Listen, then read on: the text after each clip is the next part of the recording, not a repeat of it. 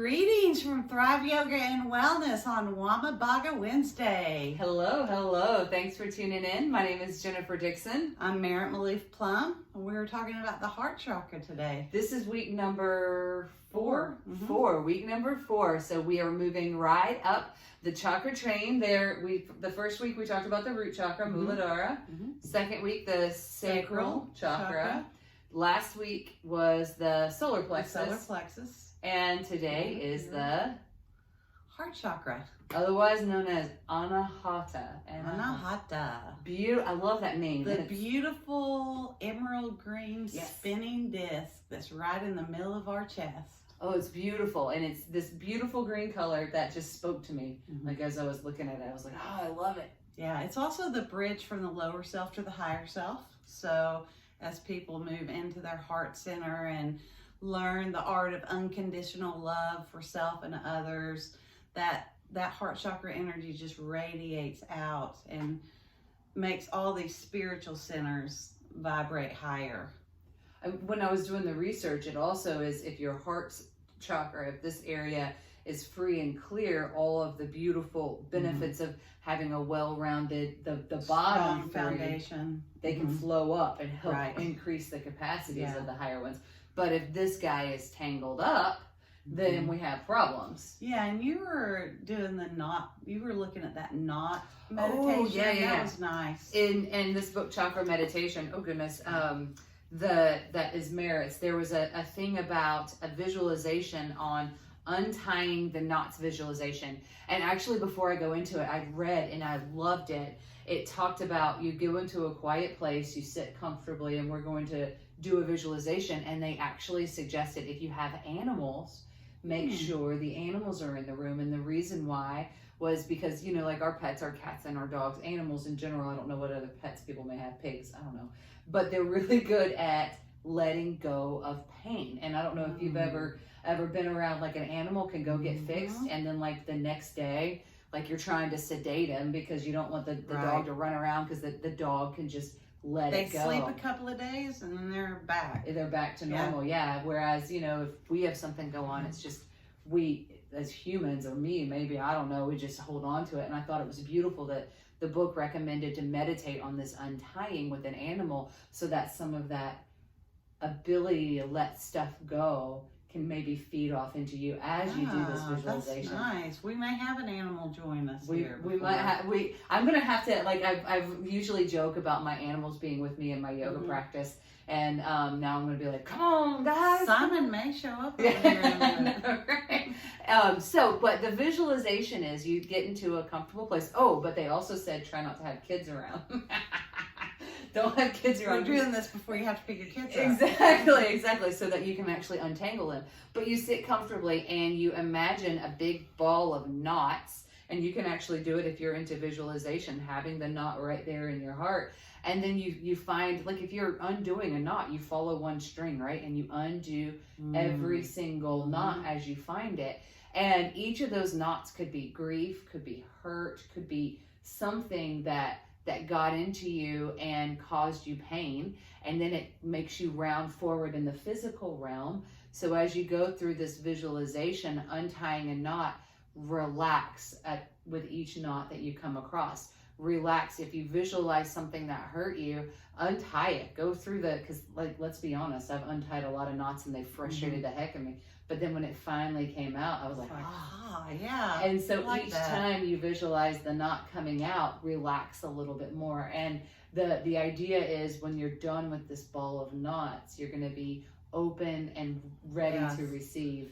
And when your heart is open, you're able to give and receive love. It's not like you're breaking off a piece of your heart and giving it to people. It's a give and take. And I like the knot a lot. The all chakra meditation that I do, you go into each chakra and you, with your mind's eye, just view the cords and threads that are like attachments that aren't yours. And you go through and you remove all the cords and threads with your ethereal hand. And you just imagine them flying like doves of peace back to where they belong. And you send them back with love.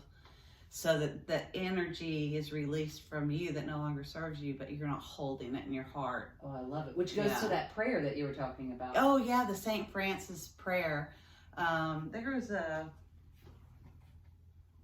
it's beautiful. Yeah, focus. Let's see, where did I? Oh, Lord, grant that I might not so much seek to be loved as to love. And the St. Francis prayer is, make me a channel of thy peace. Where there's hatred, let me bring your love. So instead of beseeching to your deity to give me peace, God, I need peace. Give me love, I need love.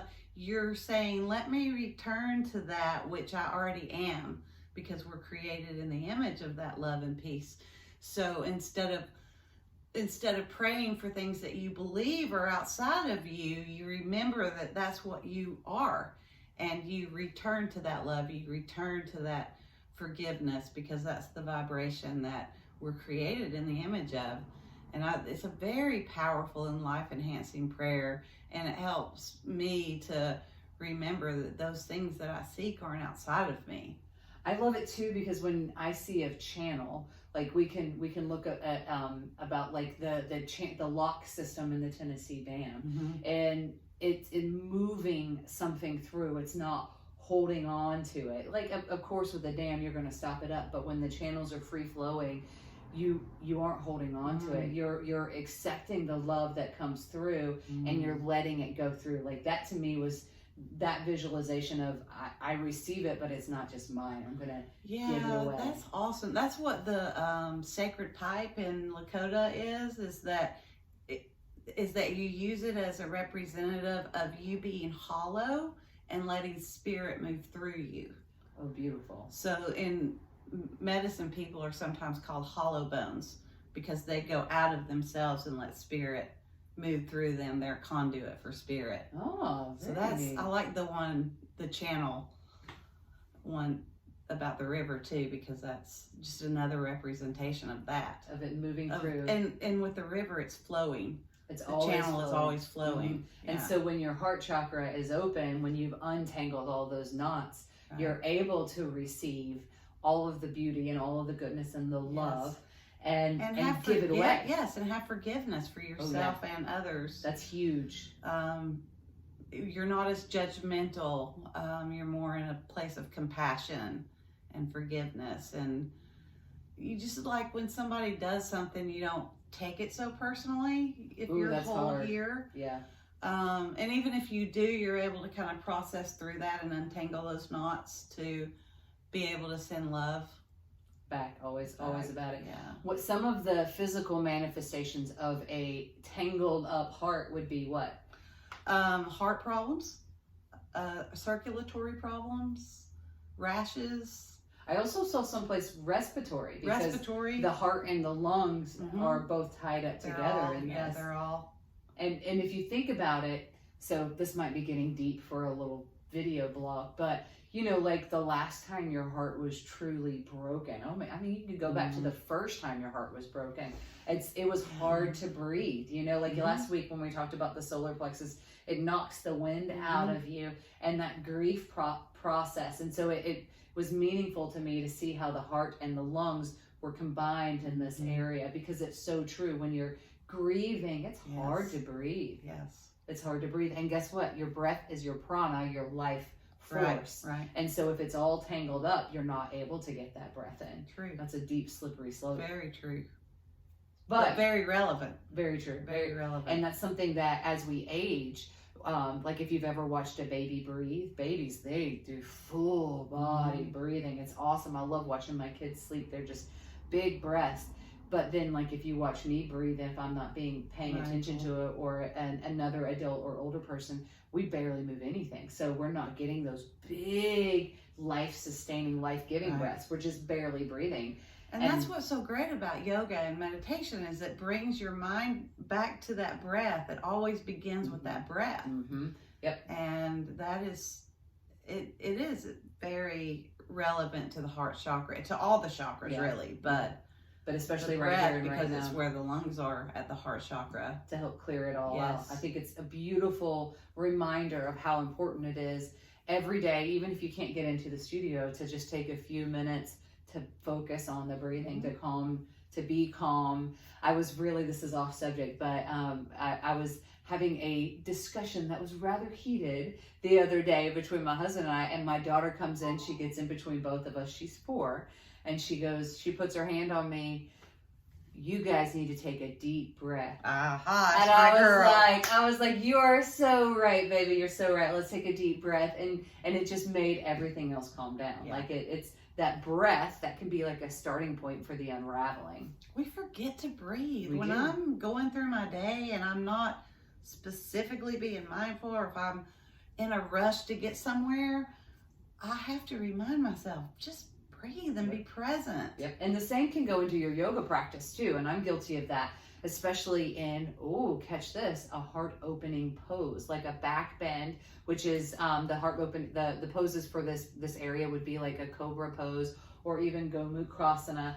If you get to a pose that's very, very difficult, the first thing that goes is the breath. It's the breath. And guess what? When you don't breathe, you tighten up. Your body naturally tightens up more, which means that pose is getting further and further away from you. Right. It's not like you're trying to conquer it, but your ability to sustain the pose in a comfortable way moves further and further away from you the less you breathe. And you can actually feel yourself giving in, like I do a lot of yin, so giving into that pose as you bring your breath back. Yep. So it might mean, all right, I'm going to back out of this pose a little bit, breathe a little more, and then the next thing you know, there's this beautiful opening like the lotus flower, because the breath helps you to relax the lungs. Deeper inhale help to relax that area, especially in regards to that heart opening pose. I love doing the pose where you put the bolster under your back and open the heart. That always feels so wonderful to me. It's interesting to me because your shoulders and your arms are also connected to the heart chakra, and you could just feel it all like pulsating from your heart and letting go. But that can be a very difficult pose for people that have issues in this area. It can be very hard because it's very vulnerable, that position. And oftentimes that position you're talking about is accompanied with the butterfly pose, with your feet together and your knees splaying out to the side.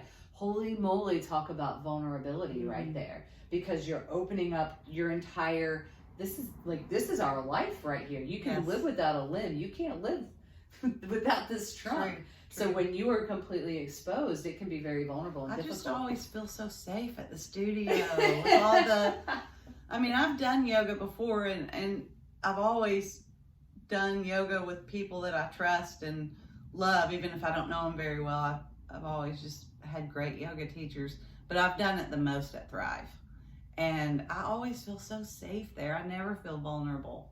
Well, that's good. And the times I do feel vulnerable, it's more about, oh my gosh, I can't get into that pose because I have some hip issues, going back to the root, and that's when I feel but it's more towards myself, not about that I'm not held in a safe space. Yeah.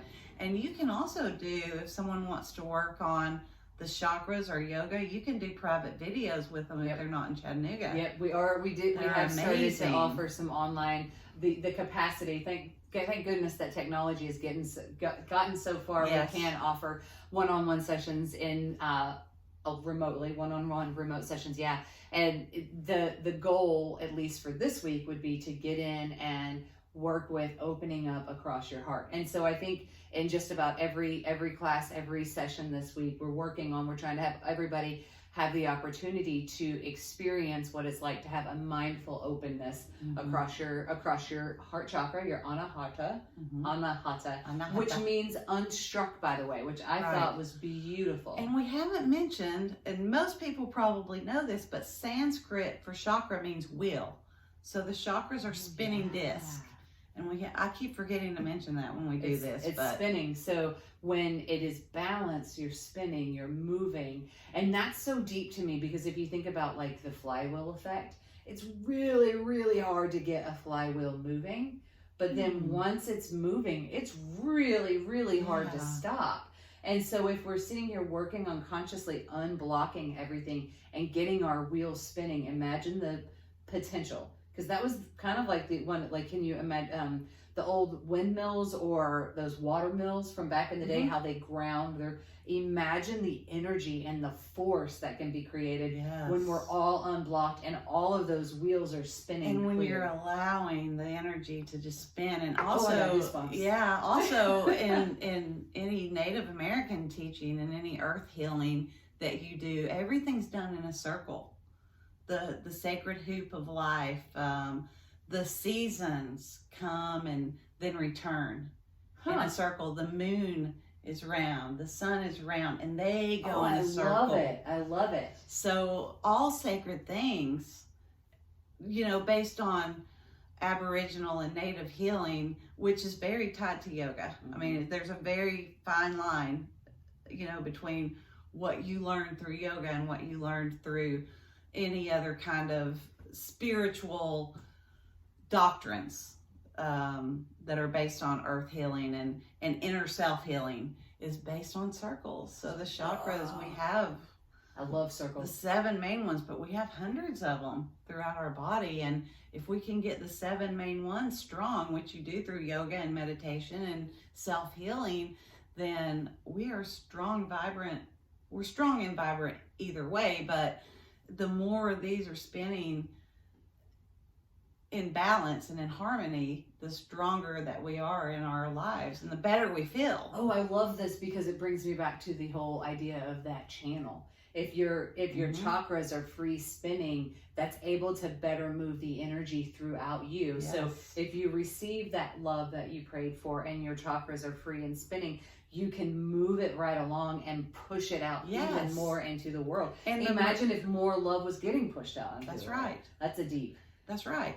And also, you know, we're not going to get too deep into this, but when the chakras are in balance, our meridians flow, and the meridians are energy channels that we have that run throughout our body that all Chinese medicine is based on. And when our meridians are flowing properly, then we are in a place of optimum health. So maybe we can cover that sometime. Oh, that what we are going to do. We are going to go into the elements with that, and we'll have to get Jess. Jess Dewar is our new acupuncturist here in the studio. She does our community acupuncture on Sundays between 11:30 and 1:30, and she's going to start offering sessions. People were raving about that yesterday. They was loved amazing. it. Yeah, Jess does good. She does good work. So if you guys have never tried it, then you definitely need to come by on Sundays between 11:30 and 1:30. She's wonderful at her craft, and she also offers herbal treatments. And I'm cupping. actually doing some, and cupping.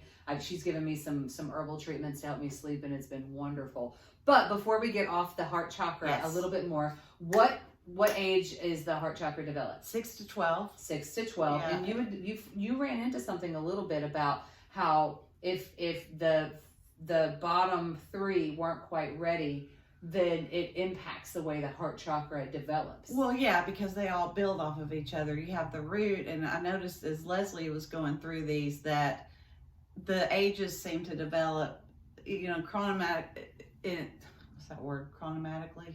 Maybe.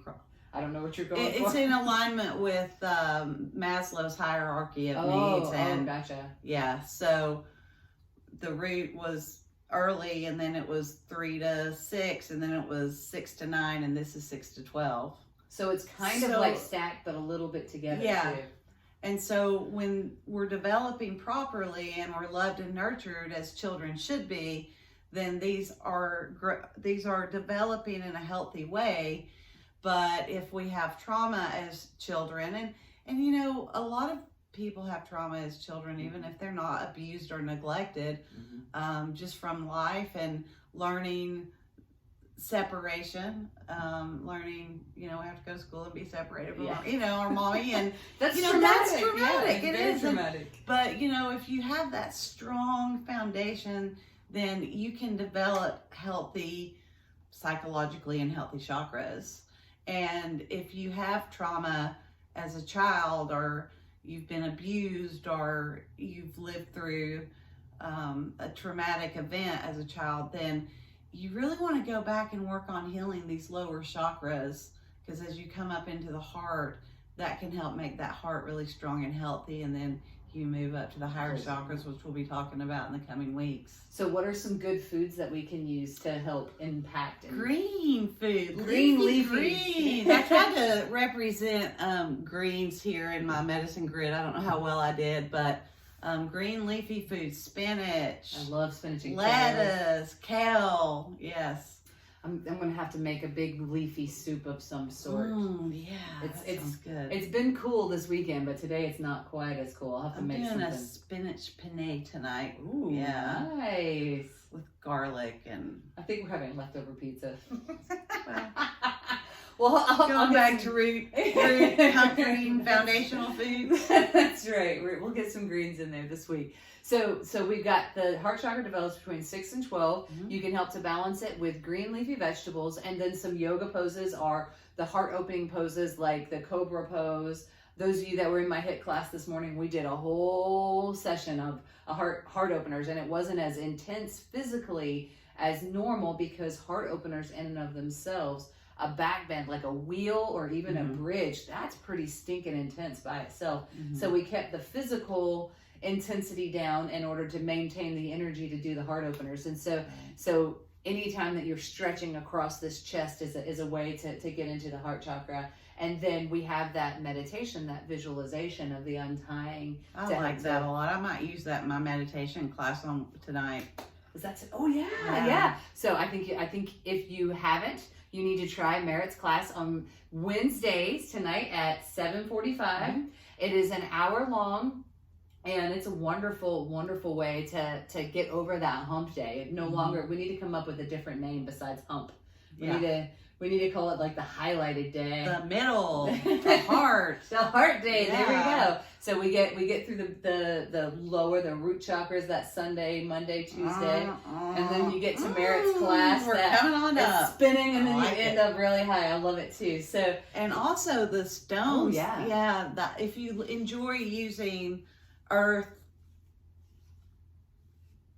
healing, or you like using earth tools as a visualization, which I do, the rose quartz is very wonderful for the heart chakra. You can put it on your heart. Any kind of green stones, like we said, green leafy vegetables, and this is just a celebration of earth. Yep, it's a way to bringing the elements of earth into our healing. Yep. I sometimes have a hard time going into that meditative space without something to think about to bring me there. So that's why I like these rocks, because it's, oh, this is beautiful, it's pink, and it's just this, the earth made it grounding. Yeah, it's a way to visualize and bring in. I believe that they have some energetic components if you're connected to that, but you don't need them. Yep. They only have the power you give them. But I enjoy having a visualization, and I'm something I can touch and feel, and these green and pink stones are very lovely. They are. Oh, and the musical note is C. So. Ooh, I love it. The tuning fork with the vibrations, because every note has a, I got goosebumps. Every note has a vibration that's slightly different. And every chakra has a note that an affinity to a note. And it's C. Beautiful. Yeah, this one's C. Yeah. So we're sending that to all of you. Thank you so much for watching. Again, my name is Jennifer Dixon with Merritt and Maloof Plumb. With Thrive Yoga and Wellness. We welcome you to come and join us. We are in week 4 of our last 90 days, 13-week challenge.